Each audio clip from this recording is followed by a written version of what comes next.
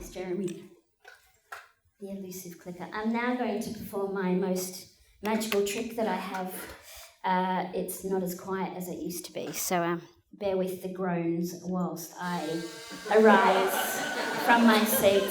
You need to know that my chair, which is lovingly named Bertha, is now quite geriatric. She's very old, hence she's very creaky. But she keeps me going, and what she also does is allows me to get above groin height, which is very important, and very important in my job. I am CEO at Arts Access Victoria and have been there for 13 months. A very interesting thing has been happening to me over the last year because I am arriving in places where I appear to be quite unexpected. Are there any CEOs in the room? Anyone brave enough to admit that they're a CEO? No? Excellent. Anyone who works with a CEO, I also appreciate that lots of you are freelance and are in your own businesses, and you actually effectively are the CEO, but you maybe don't give yourself that title. CEOs, when we imagine them, potentially are probably men, probably white, probably wearing suits, probably playing golf on a Friday. I have yet to meet, or I have met very few CEOs who are wheelchair users, who are visibly disabled. And it is this thing that is the really interesting thing for me about what appears to still make me unexpected.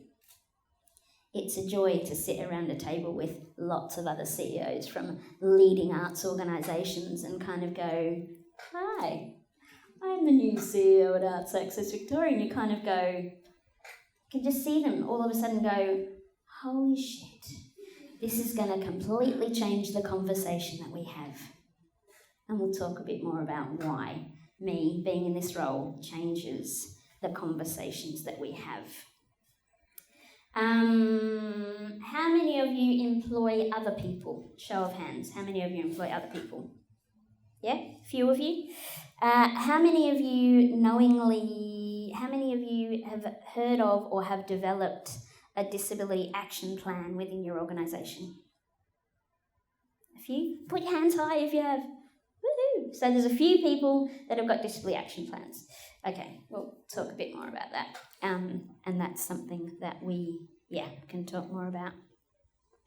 I want to start by also acknowledging that we are not equal.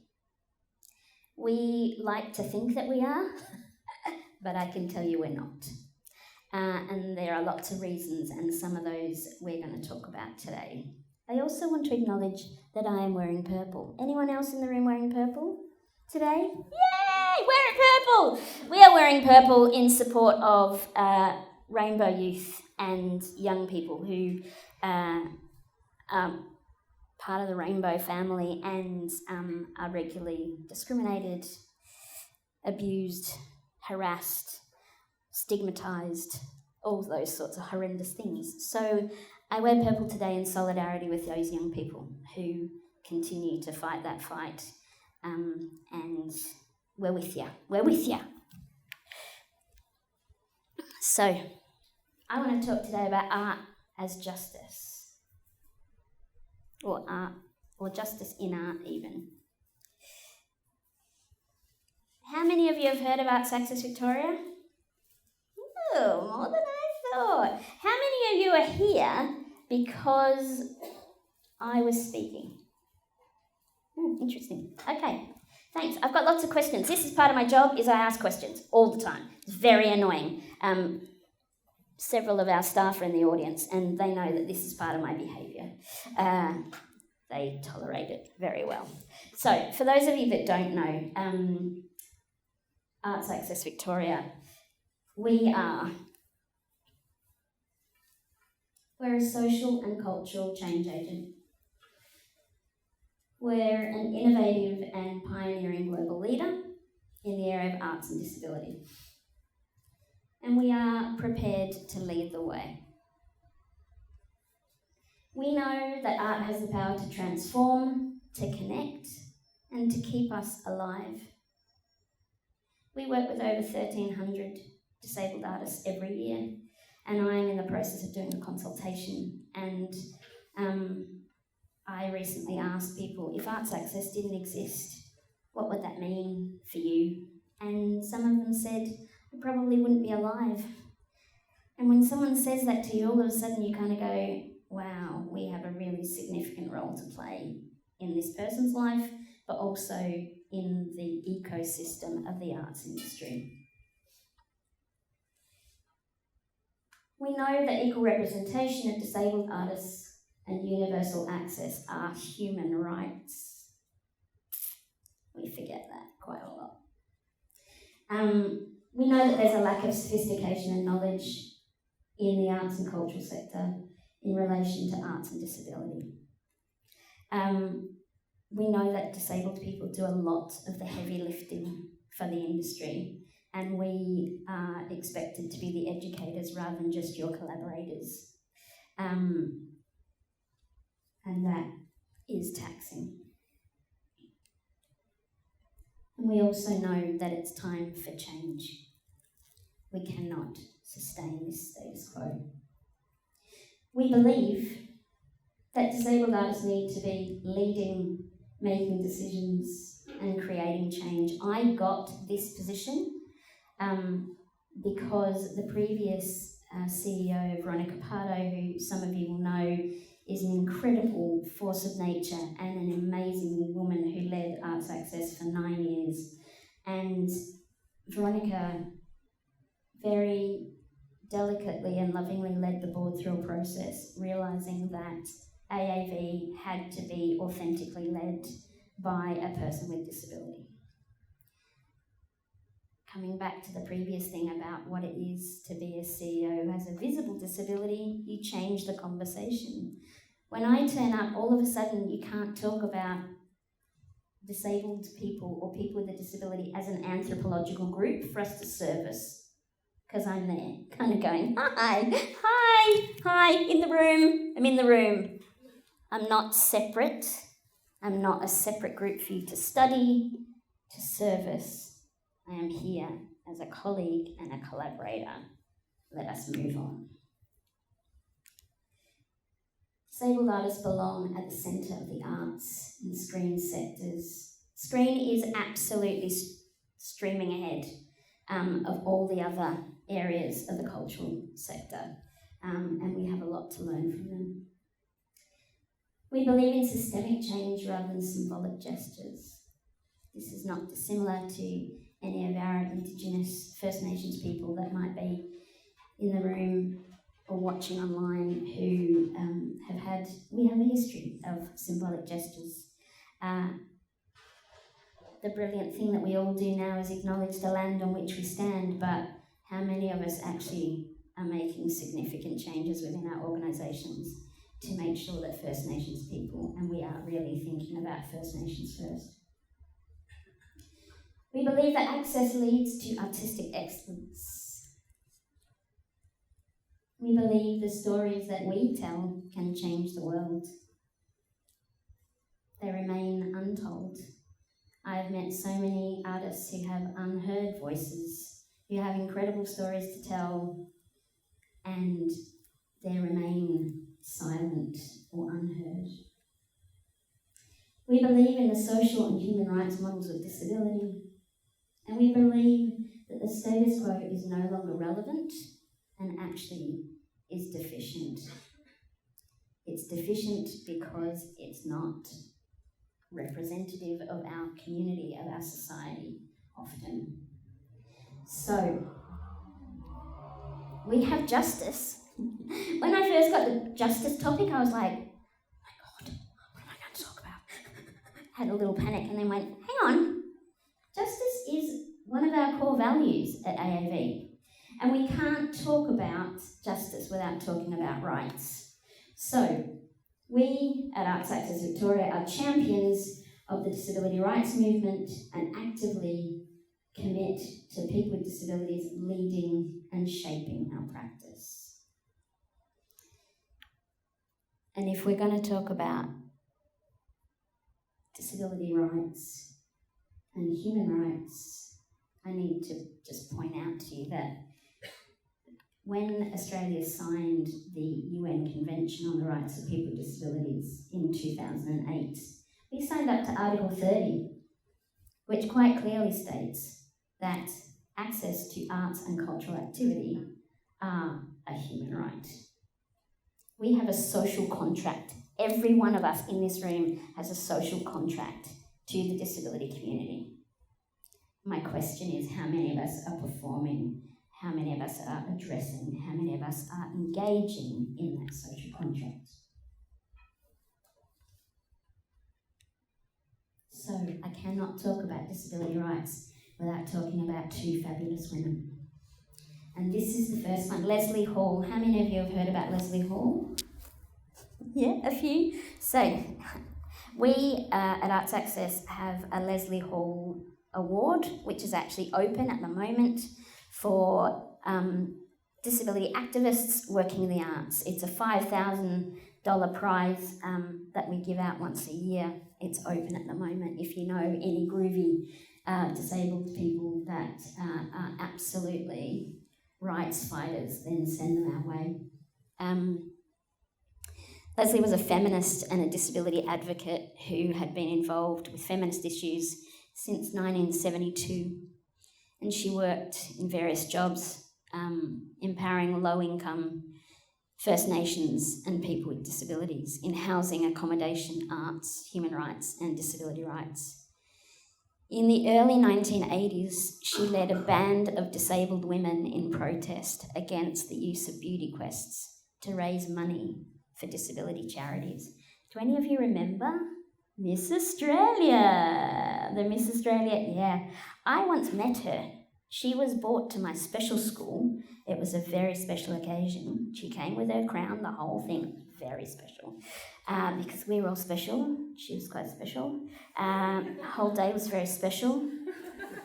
And Lesley took on this fight, not just about women and the representation of beauty, but also about how the charity model of disability just perpetuates the need of people needing to be helped rather than it being a right. So Lesley fought hard. And she said, beauty quests force on us a standard of appearance. Because of our disabilities, this standard is impossible to attain. Every time we are judged against it, we inevitably fail. We become second-class women. Beauty quests that raise money in the name of disabled people do us a double disservice. Through patronising fundraising activities, the community has shown again and again that we are inferior people. People in the community must be allowed to develop positive attitudes towards us, and the abolition of beauty quests will be a significant step towards this. And this is one of the photos where Lesley stormed the Miss Australia contest, which is great. The other woman who you need to know about, who you will all know about, is the gorgeous Stella Young. The saddest bit about all of this is that neither of these amazing women are still with us. But their legacy lives on. How many of you know Stella? How many of you met Stella? A few of us in this room were lucky enough to know Stella. Stella was like my baby sister. Her family used to, from the age of 15, used to put her on a bus in Horsham, an accessible bus, only happened once a day, but they put her on an accessible bus in Horsham, and she would come, well, they put her on a bus in Stawell, actually, and she'd come down to Melbourne to hang out with me for the weekend and to learn how to live a life that wasn't about being in an institution, being in a tiny country town. So I taught her how to catch a train, because there's a system, if you're a wheelchair user in Melbourne, about how to catch a train. Taught her things like that. She came and hung out at my house, saw how I lived independently. And she was an incredible human being. And for those of us that were lucky enough to know her, know that. Stell had a very important thing tattooed on her arm that said, "You get proud by practicing." And one of the things that we're not very good at in this country is disability pride and being proud of ourselves. And the conversations that we're starting more and more are around intersectionality and how do I not just be a disabled person, but how can I also be a disabled woman? How can I also be a disabled woman that loves another woman? How can I be all the intersections that I am and not just become a one-dimensional thing? Because none of us are. But we're often asked to choose, and that's really tricky. Stell fought hard, but she did it through comedy. And one of my favourite Stell jokes, which some of you might remember, and this is part of the ridiculous thing that happens when you have a visible disability, which gives everybody the right to ask you questions that they wouldn't ask anybody else. How many women in the room, this is a genuine question, have ever been asked if you have a vagina? No one? Okay, so this happened to Stell on a train. A woman came up to her and said, excuse me, not meaning to be funny. That's always a brilliant line, brilliant introduction. Not meaning to be funny. That's like, this is a get out. I'm going to say something that's offensive to you, but I'm just going to get myself out of it being offensive by saying not meaning to be funny. Not meaning to be funny. But do you have a vagina? Now Stell, because she's quick and she's funny and she's resilient, did this.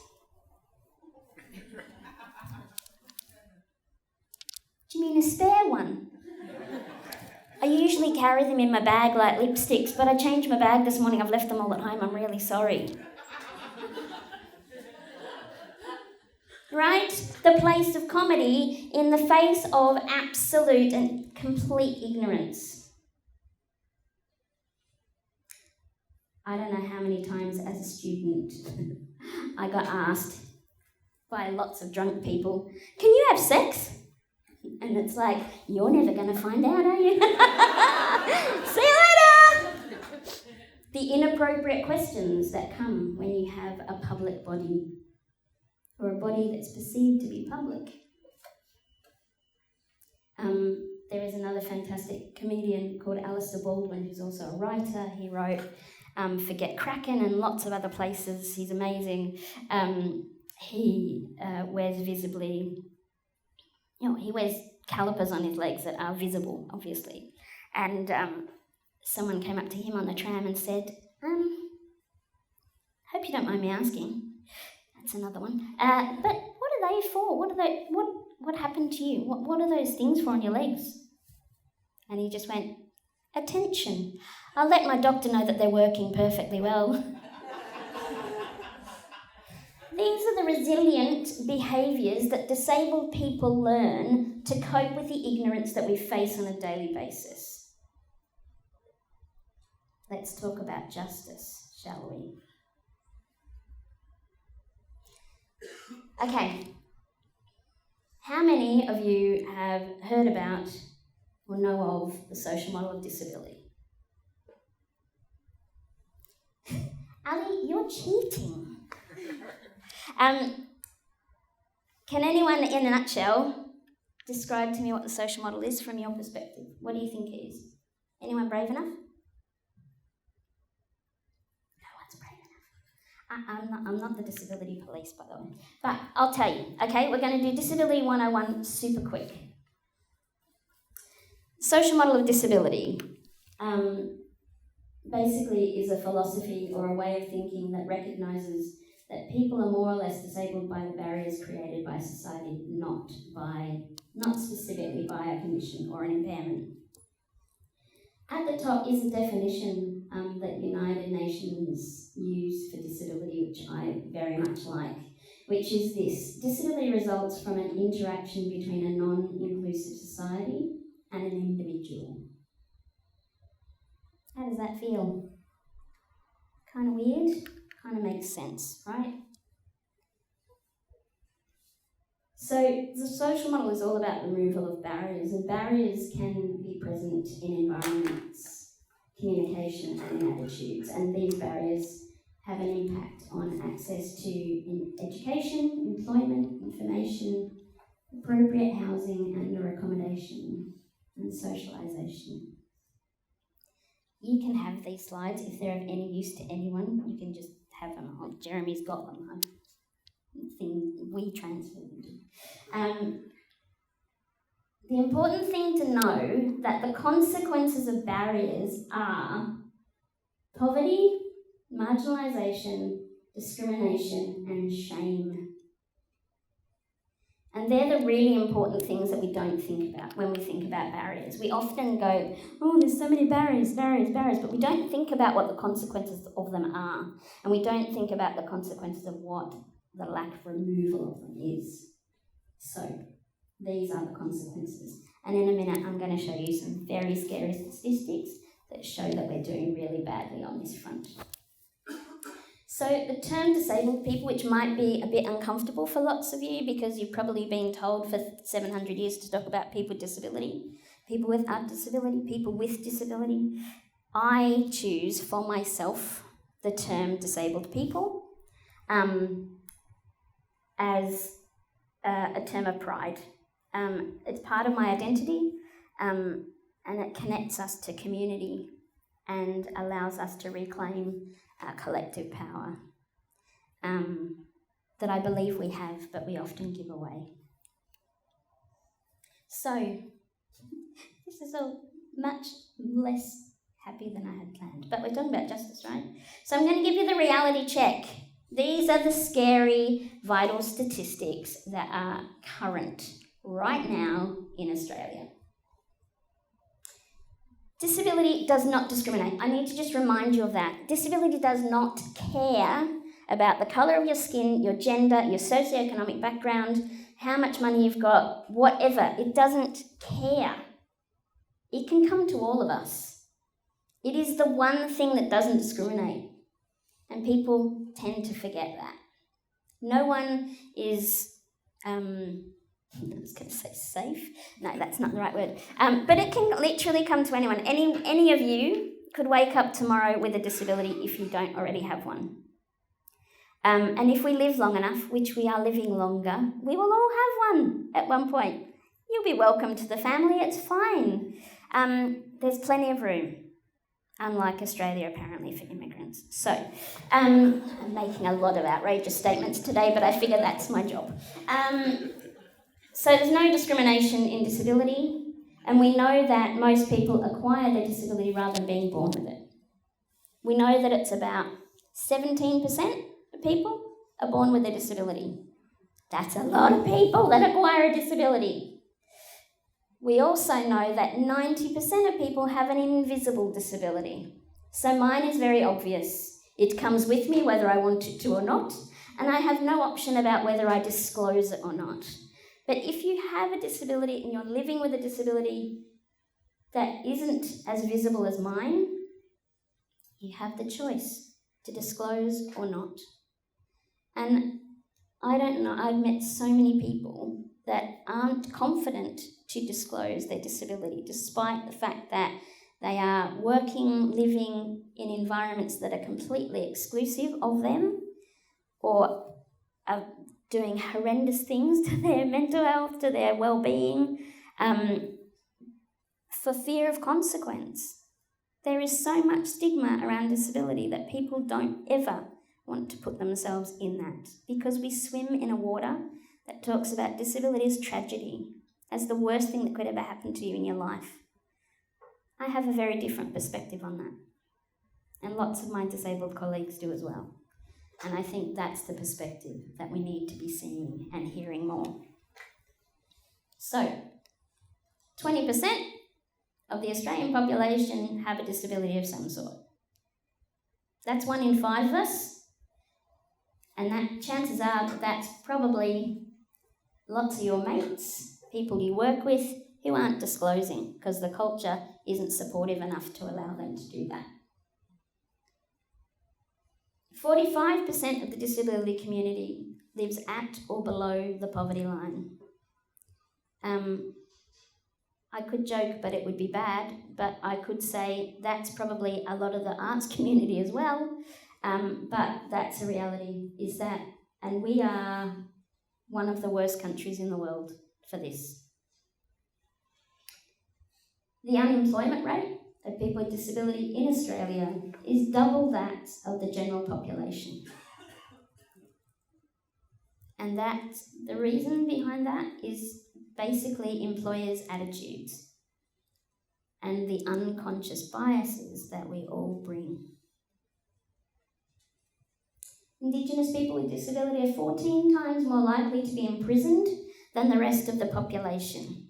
We also know that disability happens at a higher rate within the Indigenous population. People in prison include 50% with a history of psychosocial disability, 33% have a disability, and 30% have an intellectual disability. Let's talk about justice. More than 33% of people with disability experience violence and abuse, and almost 50% of people with disability feel unsafe where they live. Let's talk about justice.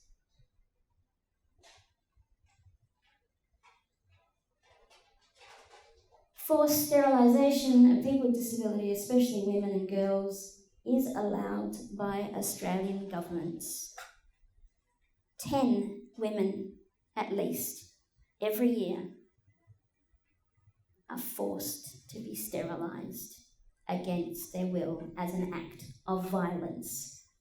Let us talk about justice.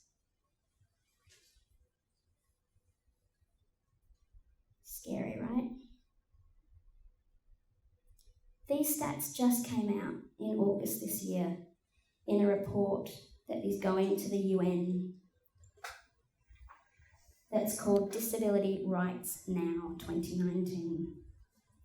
If you want to do some sobering, terrifying reading, have a look. Don't read it before you go to bed. It will give you nightmares. Australia is doing horrendously badly towards its disability population. And we are the ones that can change it.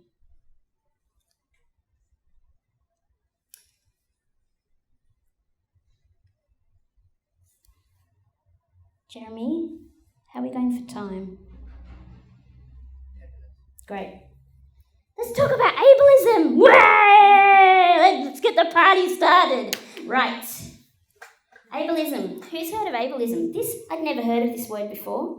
Really, honestly, I had never heard this word before until I was back in Australia about 4 years ago, and I was hanging out with this amazing woman who you all should meet if you haven't, called Jackie Brown. Some of you might have met her before. And she said, they're an ableist. And I just went, I didn't say it out loud, I just went, oh right, okay. And then I went away and Googled, what's ableism?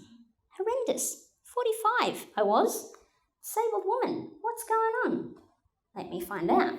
Ableism is a network of beliefs, processes and practices that produces a particular kind of self and body that is projected as the perfect species typical and therefore essential and fully human.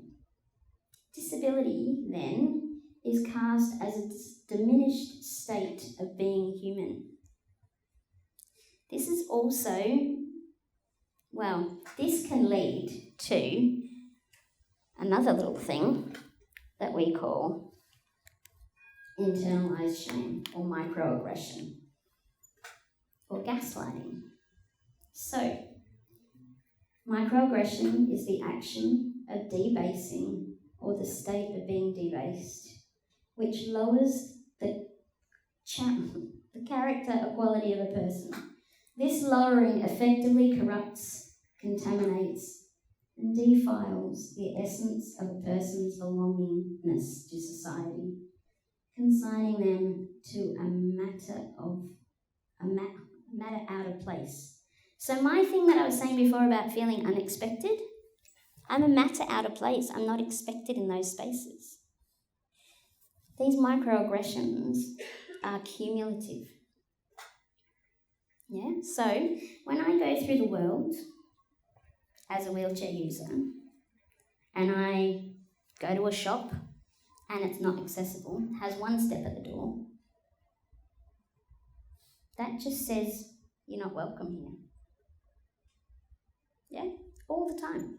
So I want you to think about how many, through today, I ask you this question. I want you to just go through the world looking at how many shops, venues, whatever it is, your offices, wherever they are, that you interact with, that you find a step. And I want you to imagine that as a sign that just says, no disabled people. We wouldn't allow that. Society would be outraged. If I started putting up signs outside shops that said, no disabled people allowed, because that's what it says, I would be in trouble. When are they going to be in trouble? These are the things that constantly meet disabled people and say, you are not welcome. We do not want you here. Let's talk about justice. Think about microaggressions. When you are working or you're running a venue or you're running an event that's in an accessible venue, but I don't know that it's accessible, or you're running an event and it's not in an accessible venue, it also reinforces you're not expecting me. We're not expected. Why not? Why don't I belong in that space as much as you? Because you assume I'm not interested? Who knows? I want to be everywhere. I want to go everywhere. I want to come to any event that you organise. So next time you're organising an event, I want you to organise it imagining me. Caroline will come. I'm sure she will. If I put this in an accessible venue. Just keep me. I'll just sit here. I'm only little. I'd be quite heavy if I sat on your shoulder all the time. But just imagine me. I will become the mosquito in your ear. Imagine me everywhere. Imagine me everywhere. And then let's talk about justice. When we started, I talked about we're not equal. And we're not. But I want to finish by showing you an example of what true equality looks like. I worked on a project before I moved back to Australia about 18 months ago with the British Para Orchestra.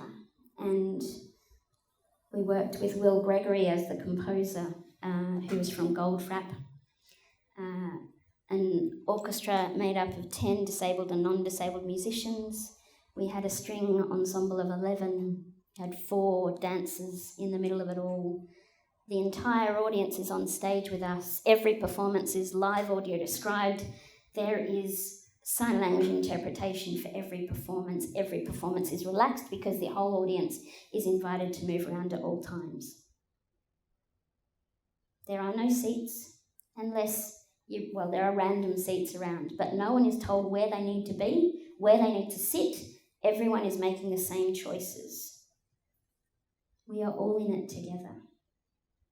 Let me show you what that looks like. When you explain a why, you have to be in some framework that you allow something to be true.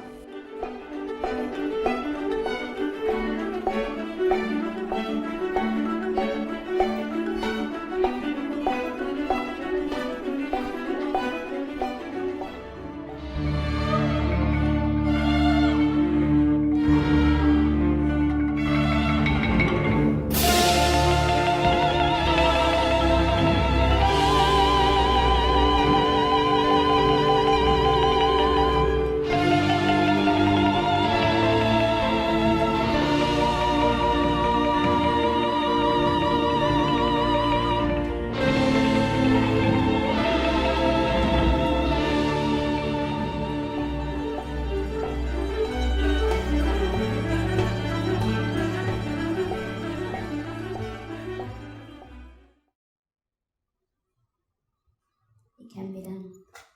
Thanks for listening.